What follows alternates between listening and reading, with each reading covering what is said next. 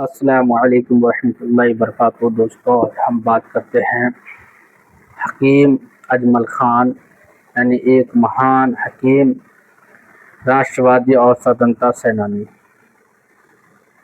कहते हैं कि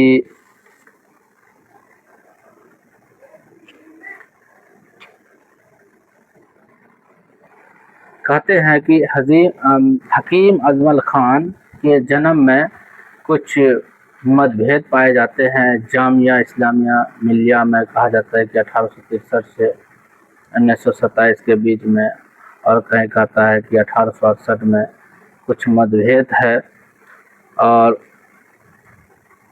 उनका नाम था हकीम अजमल ख़ान।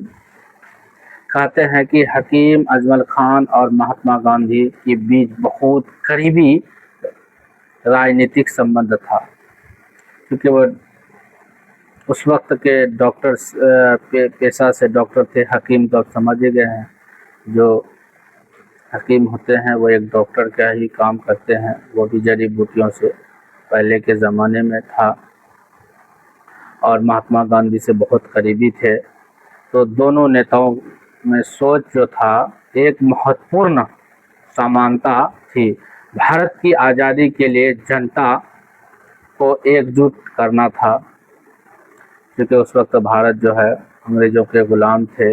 हकीम अजमल ख़ान मानना था कि हिंदू और मुस्लिम अगर एक साथ खड़े हो जाए तो शासन के ख़िलाफ़, यानी अंग्रेज़ी शासन के ख़िलाफ़ आंदोलन ज़्यादा से ज़्यादा मजबूत होंगे। क्योंकि आप देख चुके हैं कि जब दिल्ली में कॉकरोच जनता पार्टी ने आंदोलन किया सरकार के ख़िलाफ़, तो जब छात्रों ने एकजुट हुए तो फिर सरकार को झुकना पड़ा।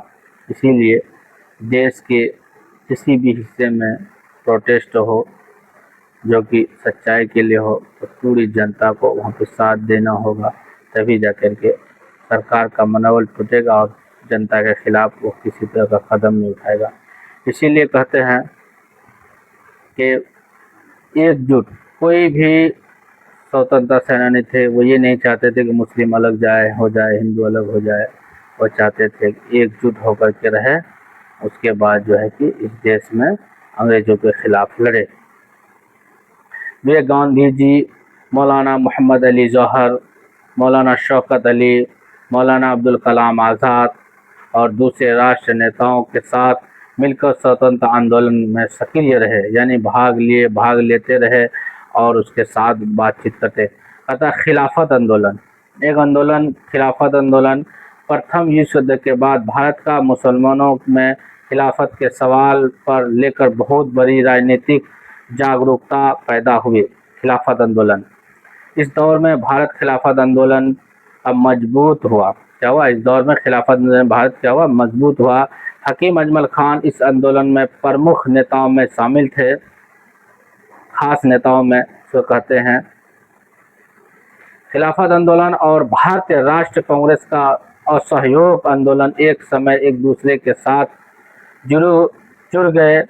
इसका उद्देश्य अंग्रेजी शासन के विरुद्ध बड़े पैमाने पर जन आंदोलन खड़ा करना था। उस वक्त जामिया कहा जाता है कि जामिया मिलिया इस्लामिया में इतिहास के अनुसार 1920 के राजनीतिक के खिलाफ आंदोलन और कांग्रेस के असहयोग आंदोलन की धाराएं एक साथ आई, और इस वातावरण में जामिया मिलिया इस्लामिया में स्थापना की जमीन तैयार की गई अंग्रेज़ों के खिलाफ, जो कि अंग्रेज़ जो उस वक्त के शासन थे, जो उस वक्त के मतलब जो है कि समय में अंग्रेज़ जो बरपजे थे उनके खिलाफ। कहा कि जामिया मिलिया इस्लामिया की स्थापना हकीम अजमल ख़ान की ज़िंदगी की सबसे बड़ी उपलब्धियों में से एक थी। जामिया मिलिया इस्लामिया की स्थापना में उनका योगदान 1920 में अंग्रेजी नियंत्रण के स्वतंत्र राष्ट्र शिक्षा का विचार तेजी से सामने आया। हकीम अजमल ख़ान का मौलाना महमूद हसन, मौलाना मोहम्मद अली जौहर, डॉक्टर मुख्तार अहमद अंसारी और अन्य नेताओं ने इस राष्ट्रीय शिक्षा आंदोलन में महत्वपूर्ण भूमिका निभाई। 29 अक्टूबर 1920 को अलीगढ़ में जामिया मिलिया इस्लामिया की नींव रखी गई। जब 29 अक्टूबर 1920 को, यानी आज़ादी से तकरीबन 27 साल पहले इसकी नींव रखी गई। यानी इस तरह का कहिए कि जैसे कोई काम या घर बनाते हैं तो मतलब फाउंडेशन किया करते हैं, उसी को नींव कहते हैं। नींव रखी गई। इसके बाद 22 नवंबर 1920 को हकीम अजमल खान जामिया में पहली चांसलर चुने गए। यानी 22 नवंबर 1920 को वो क्या गए, पहला चांसलर चुना गया। यह संस्था केवल शिक्षा का केंद्र नहीं थी। उस समय यह अंग्रेजी शासन में नियंत्रण में स्वतंत्र राष्ट्र शिक्षा की एक बड़ी कोशिश थी। बताइए, जामिया इस्लामिया मिलिया कॉलेज 1920 में रखी गई। कहते हैं कि उन्होंने अपनी संपत्तियों का बड़ा हिस्सा जामिया इस्लामिया मिलिया में बचाने में लगा दी। यानी कि जब उस पर खतरा आया, एक तरफ उनके कहा जाता है कि एक तरफ उनके पास सफल हकीम की परिस्थिति थी, दूसरी तरफ वे अंग्रेज सरकार के मिले सम्मान को छोड़कर स्वतंत्र आंदोलन में उतर गए। यानी जब वो स्वतंत्र आंदोलन में उतर गए तो मतलब जो है उसने उपाधि उतार दी और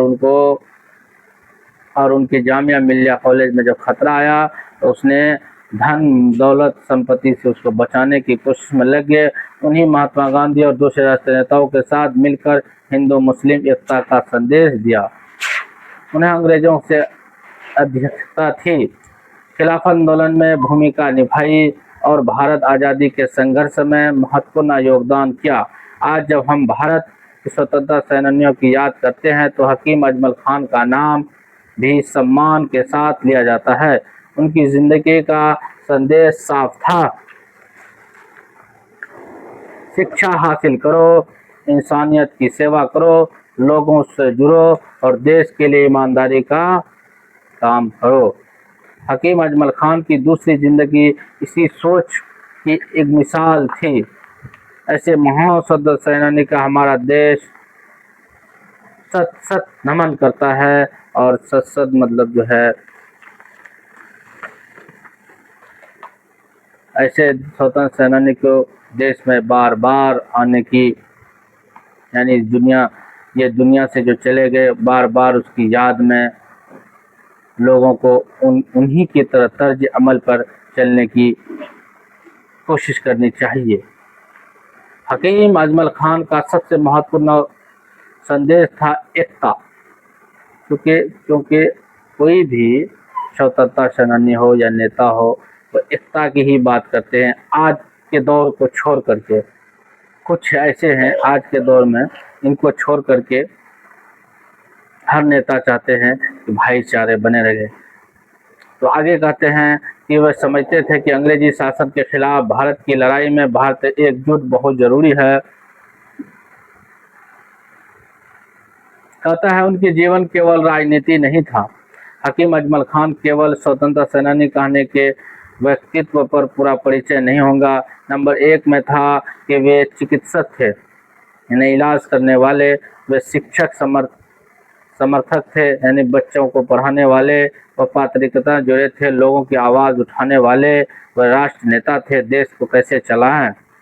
वे कांग्रेस के अध्यक्ष भी रहे, वे खिलाफत आंदोलन के नेता भी रहे, वे और जामिया मिलिया इस्लामिया में चांसलर का प्रमुख पद भी रहे।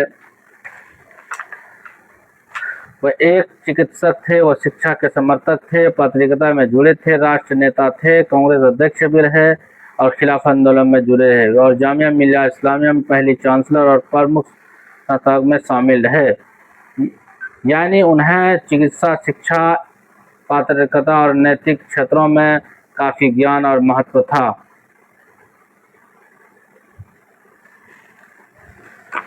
कहते हैं कि भारतीय राष्ट्र आंदोलन के अध्यक्ष में हकीम अजमल खान ने राजनीतिक जीवन का एक बड़ी उपलब्धि कि 1921 में भारतीय राष्ट्र कांग्रेस के अध्यक्ष बने।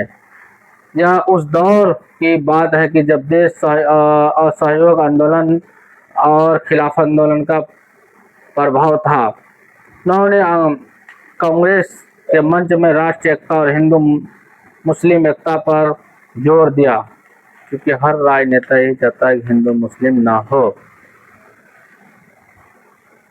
कहते हैं कि हकीम अजमल खान की विरासत में हकीम अजमल खान आज हमारे बीच नहीं है, लेकिन उनका काम आज भी जिंदा है। जामिया मिल्लिया इस्लामिया आज भारत का एक प्रमुख केंद्र विश्वविद्यालय है। यूनानी चिकित्सा के क्षेत्र में उनका योगदान आज भी याद किया जाता है। राष्ट्रीय आंदोलन में उसका योगदान भारत के स्वतंत्रता इतिहास का महत्वपूर्ण हिस्सा है और बड़े बड़े बात जिंदगी के हमें देश संदेश देती है कि देश की सेवा केवल मैदान में जाकर लड़ने से नहीं होता है, कुछ समाज सहयोग करके होता है। कोई डॉक्टर बनकर देश की सेवा करते हैं, कोई सीमा पर लड़के करते हैं, कोई देश को अंदर से बचाते हैं।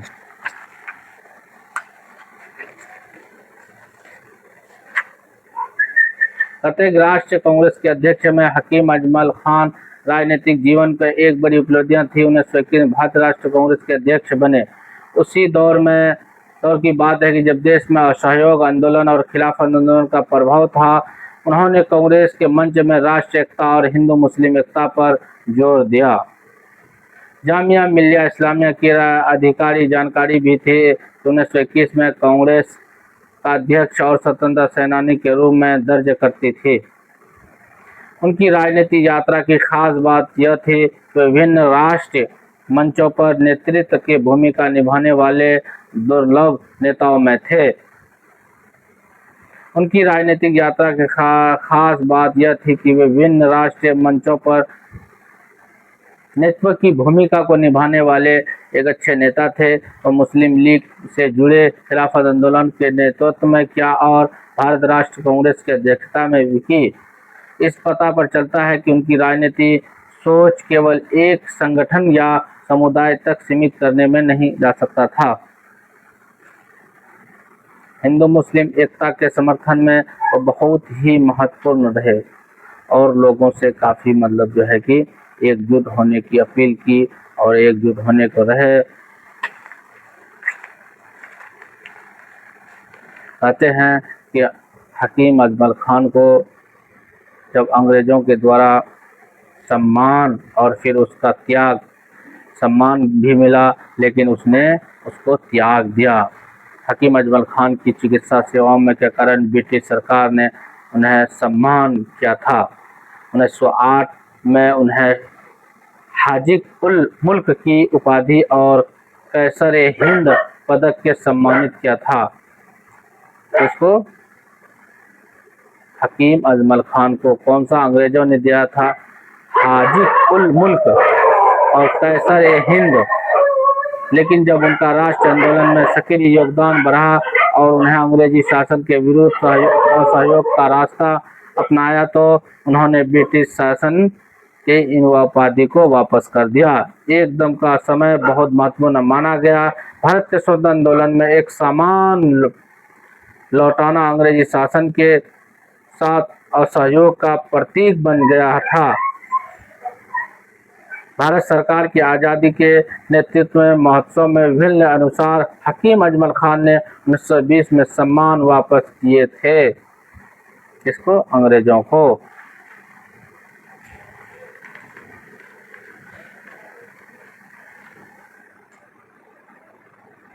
और वे डॉक्टर बनकर के देश की सेवा किया था, कोई शिक्षा बनकर देश की सेवा करते थे, कोई पत्रकार बनकर देश की सेवा करते थे और कोई नेता बनकर देश की सेवा करते थे। हकीम अजमल खान ने इन सभी भूमिकाओं को निभाए, शिक्षा के रूप में और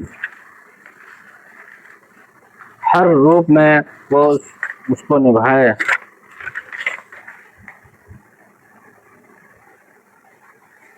कहते हैं कि हकीम अजमल खान भारत के राजनीति के बहुत बड़े नेता रहे। आखिरी समय में 1920 के दशक में हकीम अजमल खान लगातार राष्ट्रीय गतिविधियों और जामिया के काम में लगे रहते थे, लेकिन उनकी सेहत धीरे धीरे कमज़ोर होती गई। 1927 में उनका निधन हो गया। भारत सरकार ने आज़ादी के अमृत यानी जिसको कहते हैं पीना महोत्सव के अभिलेख के अनुसार 29 दिसंबर 1927 को हकीम अजमल खान ने अंतिम सांस ली और इस दुनिया से चल बसे। ये थे हकीम अजमल खान की ज़िंदगी की कुछ बातें जो आप लोगों को पता है। मुसलमान ने आज़ादी में कैसे लड़ाई की और किस तरह से भाग लिया और किस तरह से अंग्रेज़ों के छक्के छुड़ाए, किस तरह से अपनी उपाधि को उतारी। ये है हमारे मुसलमान, हमें गर्व है इन पर, इन फ्रीडम फाइटर पर हमें बहुत बड़े गर्व है कि हमारे पूर्वज ने ऐसे करके गए हैं और हम भी अपने देश के लिए जहाँ जान की ज़रूरत पड़े जान देंगे, जहाँ खून की ज़रूरत पड़े खून देंगे, जहाँ लड़ाई करने की ज़रूरत पड़े लड़ाई करेंगे और इस देश को बचाएंगे और इस देश को सींचेंगे और देश को दुनिया की सबसे आगे लेके जाएंगे। ये भारत है मेरा, रहेगा मेरा। जय हिंदुस्तान, जय भारत, जय इंडिया, जय आर्यवर्त।